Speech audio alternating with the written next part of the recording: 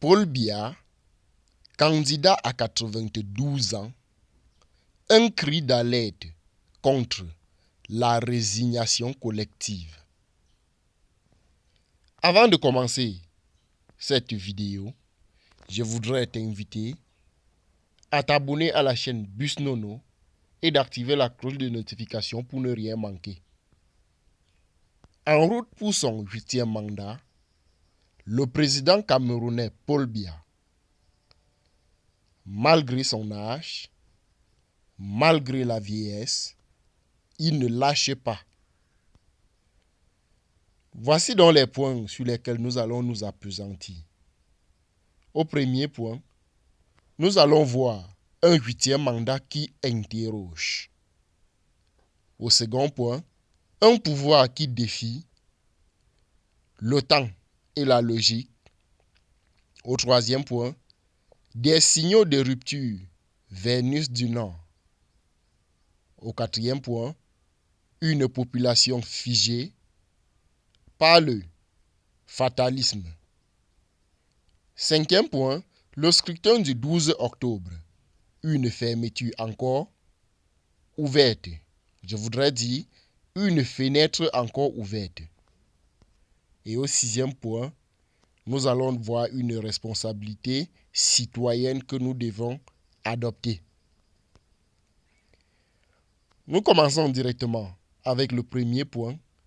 Je vais t'inviter à regarder jusqu'à la fin pour mieux comprendre ce que nous partageons dans cet article. Un 8e mandat qui interroge. Le 15 juillet 2025, Courrier international relayait dans ses colonnes un article du média guinéen, le Djili, qui frappe par sa lucidité. Paul Biya, président du Cameroun depuis 1992, vient d'annoncer sa candidature pour un 8e mandat à l'âge de 92 ans. L'élection présidentielle est fixée au 12 octobre 2025. Cette annonce a prouvé un mélange de stupeur, de fatigue et d'incompréhension, même dans les cercles jadis acquis à sa cause. Le petit 2, un pouvoir qui défie le temps et la logique. Malgré son âge avancé, une santé visiblement déclinante et une lassitude profonde, même parmi ses anciens alliés, le président camerounais continue d'affirmer qu'il est déterminé à servir le Cameroun. Face à des défis qu'il semble pourtant incapable de résoudre depuis des décennies, le contraste entre les promesses d'action et l'immobilisme institutionnalisé devient de plus en plus intenable.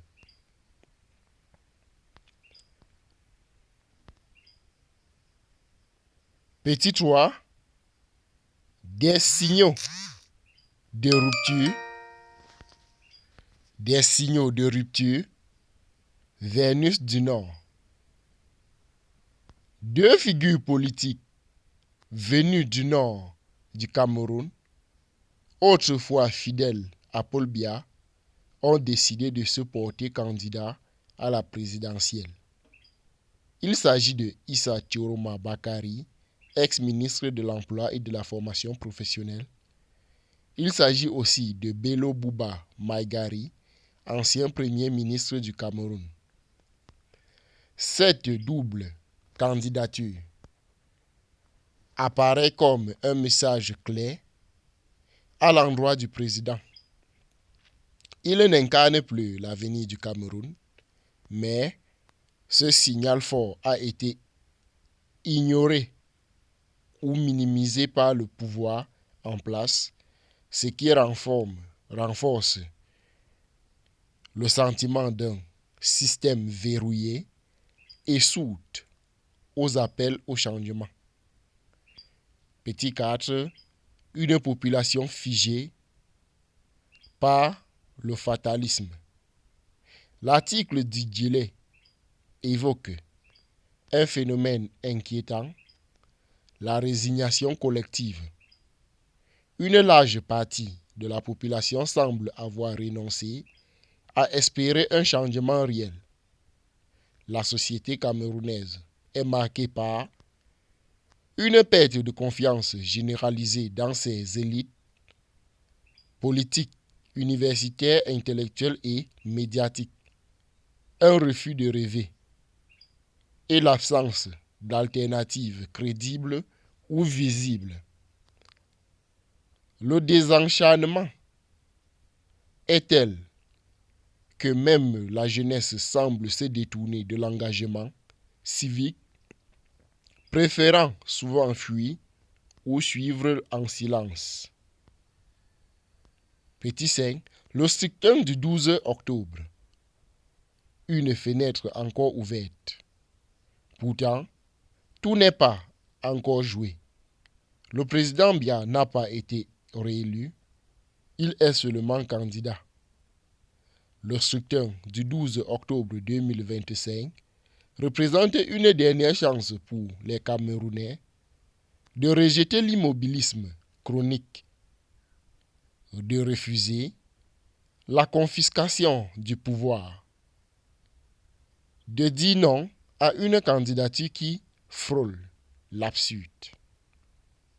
Même si les risques de fraude sont réels, les citoyens peuvent encore peser en faveur d'un véritable sursaut démocratique en assurant une forte participation, en votant massivement et en surveillant le processus électoral. Petit 6. Une responsabilité citoyenne. Le problème ne se limite pas à Paul Biya, il s'étend à une apathie générale et à une dépolitisation rampante qui gangrène la société camerounaise. Le pays ne manque pourtant ni de talent, ni de voix critique, ni de force vive. Ce qui fait défaut, c'est la confiance, la motivation et le courage collectif d'agir. Un autre avenir reste possible. Il dépend moins d'un miracle que d'un réveil populaire, d'un peuple qui décide, enfin, de reprendre son destin en main. C'était donc tout pour ces informations pertinentes sur le président qui a posé sa candidature pour les élections de 2025 en octobre. Je vous prie donc de vous abonner et de partager la vidéo à tous vos amis et de nous soutenir. Et voici donc nos contacts pour le soutien. Cet article vous a plu. Pour soutenir les travaux de Parfait Nono ou financer ses prochaines publications, voici les numéros Mobile Money, Orange Money et PayPal. Merci d'avoir lu cet article. Vous pouvez également apprendre l'anglais avec nous.